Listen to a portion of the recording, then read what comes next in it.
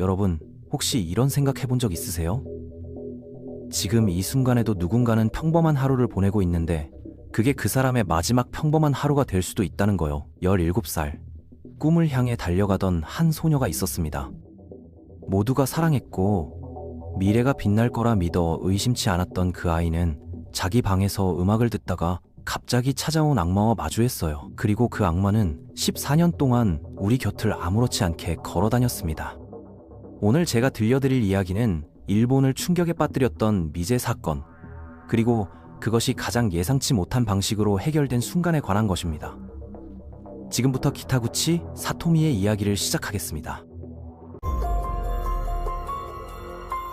2004년 10월 5일 오후 히로시마의 한 집에서는 평범한 일상이 흘러가고 있었어요. 몸이 좋지 않아 학교를 쉬고 할머니 미치오와 함께 있던 한 소녀, 제가 A라고 부를 이 아이는 그날 오후가 자신의 인생을 완전히 바꿀 거라고는 상상도 못했을 겁니다. 오후 1시쯤 언니 사토미가 집에 돌아왔어요. 부엌에 잠깐 들렀다가 본체와 떨어진 별채에 있는 자기 방으로 향하는 언니를 보고 A는 다시 자기 일을 하고 있었죠. 그런데 2시간 후 그 평온한 오후는 끔찍한 악몽으로 변했습니다. 오후 3시쯤이었어요. 갑자기 날카로운 비명이 들려왔습니다. 그냥 비명이 아니라 누군가 필사적으로 달리는 발소리와 함께요. A는 처음에는 뭔지 몰랐지만 곧 여자의 비명이라는 걸 알아챘어요. 심상치 않다고 느낀 A는 조심스럽게 뒷문을 열고 별채 쪽을 바라봤는데 현관 안쪽에서 엄청난 비명과 쿵쾅거리는 소리가 터져 나오는 거예요. 놀란 A는 급히 할머니를 불렀고 두 사람은 서둘러 별채로 달려갔습니다. 사토미의 방문을 열었을 때 그들이 마주한 건 차라리 보지 못했으면 좋았을 장면이었죠. 바닥에는 피가 고여 있었고 사토미는 쓰러져 있었으며 그 위에는 칼을 든 낯선 남자가 서 있었거든요. A는 공포에 얼어붙어 움직일 수조차 없었습니다. 그 순간 할머니가 비명을 지르자 침입자는 할머니를 향해 칼을 휘둘렀고 할머니가 쓰러지자 황급히 도망쳤어요. A는 겨우 정신을 차리고 근처 원예센터로 도망쳐서 도움을 요청했죠. 신고를 받고 출동한 경찰이 현장을 조사했을 때 할머니는 범인과 싸우며 입은 부상에도 불구하고 다행히 목숨은 건질 수 있었습니다. 하지만 사토미는 달랐어요. 10군데가 넘는 자상을 입은 채 이미 숨을 거둔 상태였거든요. 밝고 착하고 모두에게 사랑받던 17살 고등학생 기타구치 사토미는 동생과 할머니가 보는 앞에서 자신의 집에서 억울하게 목숨을 잃었습니다. 경찰이 범죄 현장을 조사하면서 발견한 건 이게 단순한 범죄가 아니라는 사실이었어요. 집안은 깨끗했고 도난당하거나 파손된 물건이 전혀 없었습니다. 강도가 아니었다는 명백한 증거였죠. 현장에서는 덜롭 브랜드 운동화로 추정되는 신발 자국이 발견됐는데 사이즈는 26에서 27cm 정도였고 이 자국은 사토미의 침실에서부터 현관까지 이어져 있었어요. 범인이 사토미를 뒤쫓았다는 걸 보여주는 증거였죠. 더 결정적인 건 침실 문손잡이에서 발견된 지문이었습니다. 사토미의 손톱 밑에서는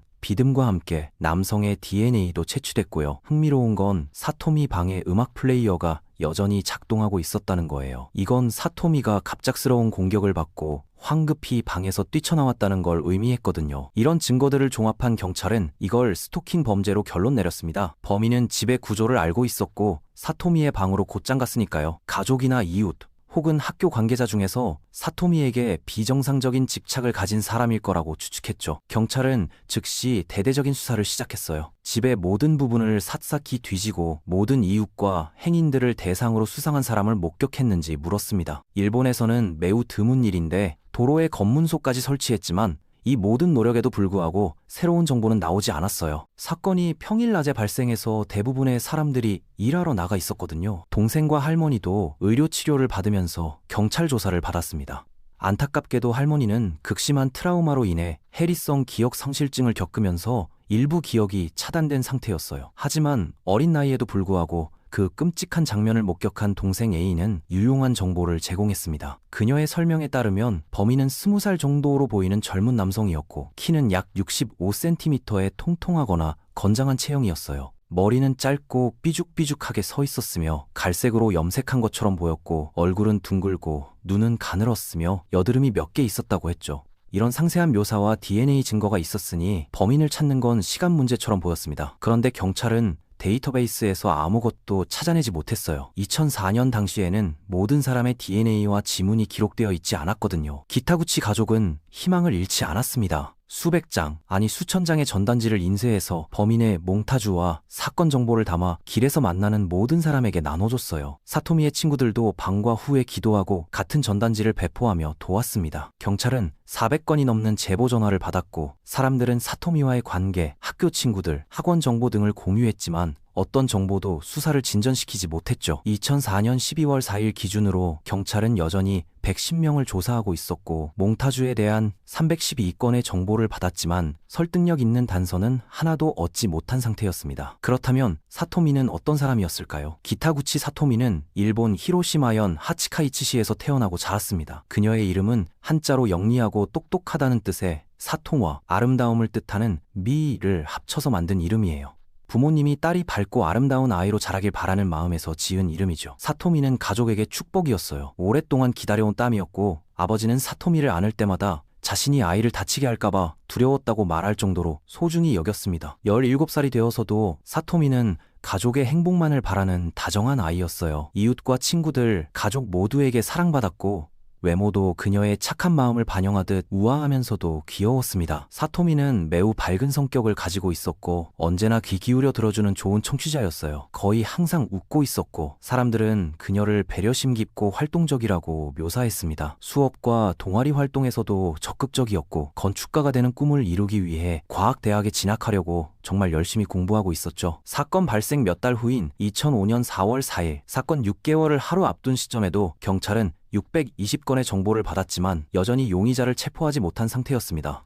기타구치 가족의 집은 여전히 닫혀 있었고 대부분의 범죄 현장은 천으로 덮여 있었어요. 경찰은 총 7,400명의 수사관을 동원했고 지역 주민들을 쉬지 않고 조사했지만 여전히 아무것도 찾지 못했죠. 2005년 10월 5일 사건 1주년을 맞아 경찰은 집 근처에 검문소를 설치하고 누군가 중요한 정보를 가지고 나타나길 바랐습니다. 2006년 3월 1일 사토미가 다니던 학교에서는 졸업식이 열렸어요. 비극에도 불구하고 학교는 사토미에게 졸업장을 수여했습니다. 그녀는 마침내 친구들과 함께 졸업한 거죠. 나중에 사토미의 아버지는 자신의 블로그에 딸의 추억이라는 제목으로 편지를 썼는데 그곳에는 사건의 세부 사항과 진행 중인 수사, 가족의 활동, 딸에 대한 추억이 자세히 적혀 있었습니다. 오늘 딸의 모든 반 친구들 덕분에 제 딸이 저와 함께 졸업식에 참석할 것입니다. 정말 감사합니다. 라고 썼죠. 사건 2년 후 일본의 한 TV 프로그램에서 2명의 FBI 수사관을 초청해서 사건 해결에 도움을 요청했습니다. 그들은 용의자의 새로운 합성 사진을 만들었지만 새 합성 사진을 가지고도 여전히 범인을 찾을 수 없었어요. 경찰은 친척들과 이웃들에게 사진 속 남자를 알아보는지 물었지만 아무도 그를 본 적이 없다고 했습니다. 서토미의 선한 성격을 고려할 때 그녀가 누구와도 나쁜 일이나 문제를 겪은 적이 없다는 게 확실했거든요. 2008년 3월 사진들이 널리 배포됐고 기타구치 가족은 그 남자를 알거나 본 사람에게 300만 엔의 현상금을 내걸었습니다. 모든 조사와 수집된 정보, 지역 곳곳에 붙은 포스터에도 불구하고 여전히 진전이 없었어요.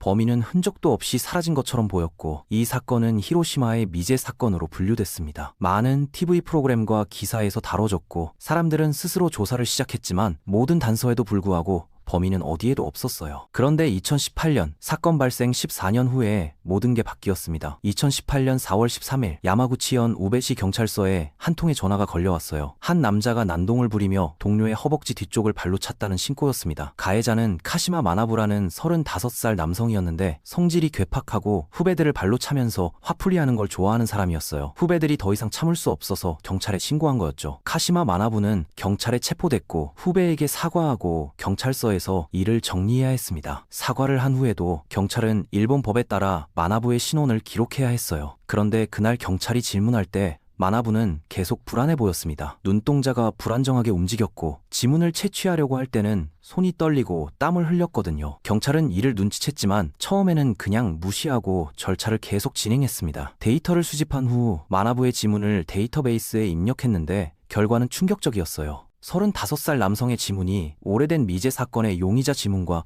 완벽하게 일치한 겁니다. 바로 사토미의 문손잡이에서 발견된 그 지문이었죠. 일치하는 지문을 발견한 즉시 지역 수사관은 마나부의 DNA를 채취해서 사토미의 손톱 밑에서 발견된 DNA와 비교했습니다. 결과는 의심을 확인시켜줬어요. 마나부가 바로 사토미를 죽인 범인이었던 겁니다. 13년 6개월 만에 사건은 드디어 해결의 실마리를 찾게 됐죠. 신문이 시작됐고 경찰은 마나부에게 동기와 사건의 시간 순서, 기타 세부 사항에 대해 수많은 질문을 했습니다. 처음에 마나부는 혐의를 부인하며 자신은 결백하다고 주장했어요. 하지만 경찰이 계속 압박하자 몇 시간의 강도 높은 신문 끝에 결국 자백했습니다. 지역 경찰은 마나부의 집을 수색하기 위해 팀을 파견했고 그의 가족과 친구들, 동료들을 인터뷰했어요. 2018년 5월 24일 그는 기타구치 사토미 살인과 미치오 살인 미수 혐의로 기소됐습니다. 14년 된 사건이 드디어 해결됐다는 뉴스가 터졌지만 많은 질문들이 생겨났죠. 그들의 관계는 뭐였을까? 사토미가 마나부를 개인적으로 알고 있었을까? 왜 경찰이 사건을 해결하는데 거의 14년이나 걸렸을까? 카시마 마나부는 야마구치현 시모노세키시에서 태어났는데 히로시마에서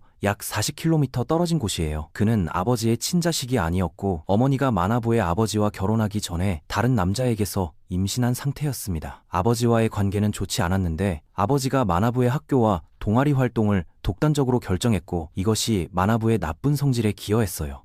고등학교를 졸업한 후 마나부는 우베에서 직장을 구했고 그곳으로 이사해서 금속 노동자들을 위한 기숙사에서 혼자 살았습니다. 적어도 사건 전까지는 열심히 일했고 지각도 하지 않았죠. 2004년 10월 4일 당시 21살이었던 마나부는 근처 기계의 시끄러운 소리에 깨어났어요. 지각했고 아마도 혼날 거라고 예상했기 때문에 출근을 미루다가 결국 도망치기로 결심했습니다. 오토바이를 타고 도쿄에 가려고 생각했고 애니메이션과 게임을 좋아했던 그는 아키하바라를 방문하는 꿈을 꾸고 있었거든요. 짐을 챙기고 나침반과 호신용으로 접이식 칼을 샀어요. 10월 5일 새벽이 되자 그는 떠날 준비가 다 됐고 부모님이 설득하려고 했지만 마나부는 핸드폰을 버리고 우베로 절대 돌아가지 않겠다고 다짐했습니다. 같은 날 정오쯤 마나부는 히로시마에 도착했어요. 도로에서 몇몇 여고생들을 보고는 뭔가 이상한 감정이 솟구치는 걸 느꼈습니다. 나중에 법정에서 그는 성 경험이 없고 기숙사에서 거의 매일 봤던 음란물에 중독된 상태였기 때문에 욕망이 통제할 수 없을 정도로 커졌다고 자백했어요. 평소에는 거의 일어나지 않던 성적 욕망이 갑자기 일어났다고 인정했습니다. 이런 생각을 하면서 그는 이용할 수 있는 젊고 예쁜 여자아이를 찾아 돌아다녔죠. 그러다가 신호등 앞에서 기다리고 있는 한 소녀를 봤습니다. 바로 기타구치 사토미였어요. 사토미는 평범한 교복을 입고 있었는데 전혀 노출이 심하지 않은 미디스커트와 긴 소매 상의였습니다. 그냥 거기 서서 신호를 기다리고 있었을 뿐인데 그 모습이 마나부의 마음속에 사악한 무언가를 촉발시켰어요. 법정에서 그는 나는 그녀를 성폭행할 거야. 나중에 경찰이 잡든 말든 상관없어 라는 생각을 했다고 자백했고 사토미를 그녀의 집으로 보이는 곳까지 따라갔습니다. 편의점에 들러서 마스크와 장갑을 샀고 주머니에 접이식 칼을 넣었어요. 사토미가 저항하면 칼로 겁을 주려는 계획이었죠. 오토바이를 근처 공원에 주차하고 기타구치 집 주변을 관찰했습니다. 잠시 기다린 후 사토미가 다른 건물로 들어가는 걸 봤고 그곳이 그녀의 방이라고 믿었어요. 몰래 안으로 들어갔는데 장갑과 마스크를 샀음에도 불구하고 전혀 착용하지 않았습니다. 수상해 보일 수 있고 폭행을 방해할 수 있다고 생각했기 때문이죠. 오후 3시쯤 집에 들어가서 신발을 벗고 조용히 계단을 올라갔어요. 복도가 보였고 옆에 방이 있어서 미닫이 문을 열고 안으로 들어갔습니다. 그곳에서 그는 사토미가 침대에 엎드려 헤드폰을 끼고 음악을 듣고 있는 걸 발견했어요. 사토미는 마나부가 칼을 들고 앞으로 다가오자 충격받은 표정으로 그를 바라봤습니다. 마나부는 더 가까이 다가가며 협박했지만 영리했던 사토미는 탈출할 기회를 봤어요. 비명을 지르며 달렸고 누군가 들어서 구조해주길 바랐습니다. 사토미는 계단 쪽으로 달렸고 1층에 도달하려고 했지만 마나부가 따라잡았어요. 부상을 입었음에도 사토미는 계속 밀치고 몸부림치며 저항했습니다. 멀리 도망가려고 했죠. 그 과정에서 마나부는 계속 사토미를 탓하며 왜 도망가? 라고 물었습니다. 나중에 사토미를 죽인 후의 감정에 대해 물었을 때 마나부는 불안했다고 인정했어요. 죄책감과 후회가 그의 의식 속으로 기어들어오기 시작했고 잠도 먹지도 제대로 생각하지도 못했다고 했죠. 하지만 그의 후회에도 불구하고 그는 도쿄에서 가진 돈을 꽤 쉽게 써버렸습니다. 오토바이를 타고 여행하면서 돈이 다 떨어질 때까지 썼고 결국 버스를 타고 야마구치현에 있는 부모님 집으로 돌아갔어요. 경찰이 그렇게 오랫동안 범인을 찾지 못한 이유는 기타구치 가족집 주변 지역만 수색했고 범인이 도망쳤을 가능성을 고려하지 않았기 때문입니다. 그래서 사건이 14년 동안 미해결로 남아 있었던 거죠. 2020년 3월 3일 체포 2년 후 히로시마 지방법원에서 첫 재판이 열렸어요. 마나부는 마침내 자신의 행동을 인정하고 사건의 경위를 설명했습니다. 2020년 3월 4일 피고인 신문 과정에서 마나부는 항상 죄책감을 느꼈고 후회가 천천히 자신을 삼킬 것이라는 걸 알았다고 진술했어요. 사건을 자세히 기억하지 못할 수도 있지만 무의식이 계속 사과하라고 재촉했는데 결코 그렇게 하지 않았다고 했습니다. 그는 또한 자신의 행동이 사형을 받을 만하다고 인정했죠. 변호인은 마나부의 왜곡된 성격이 아버지에 대한 증오와 직장의 스트레스와 압박에서 비롯될 수 있다고 주장했습니다. 3월 10일 네 번째 재판에서 밝혀진 사실을 바탕으로 검사는 마나부에게 무기징역을 요구했어요. 2018년 3월 카시마 마나부는 무기징역을 선고받았습니다. 마나부의 변호인은 감형을 위한 항소를 하지 않았고 14년 된 사건은 드디어 끝이 났어요. 중요한 정보가 있었음에도 불구하고 지역 경찰은 첨단 기술의 부족과 정보를 널리 확산시키지 못한 것 때문에 범인을 찾는 데 어려움을 겪었습니다. 소셜미디어에서는 많은 만약의 시나리오들이 논의됐어요. 만약 일본 경찰이 히로시마 밖으로 수색을 확대했더라면, 만약 다른 경찰서에 도움을 구했더라면 하는 아쉬움들이요. 제가 이 이야기를 여러분께 전하는 이유는 단순히 한 사건을 알리기 위해서가 아닙니다. 사토미처럼 밝고 아름다운 미래를 꿈꾸던 누군가의 삶이 한순간에 사라질 수 있다는 것, 그리고 그 누군가의 가족은 14년이라는 긴 시간 동안 답을 기다려야 했다는 것을 기억해 주셨으면 합니다. 완벽한 범죄는 없지만 때로는 정의가 찾아오는데 너무 오랜 시간이 걸릴 수 있다는 것도요. 사토미는 더 이상 우리 곁에 없지만 그녀가 꿈꿨던 밝은 미래와 그녀를 사랑했던 사람들의 기억 속에서 영원히 17살의 빛나는 모습으로 남아있을 겁니다. 우리가 할 수 있는 건 그녀를 기억하는 것, 그리고 이런 비극이 다시는 반복되지 않기를 바라는 것뿐입니다. 댓글로 여러분의 의견을 남겨주세요. 오늘은 여기까지입니다. 시청해주셔서 감사합니다.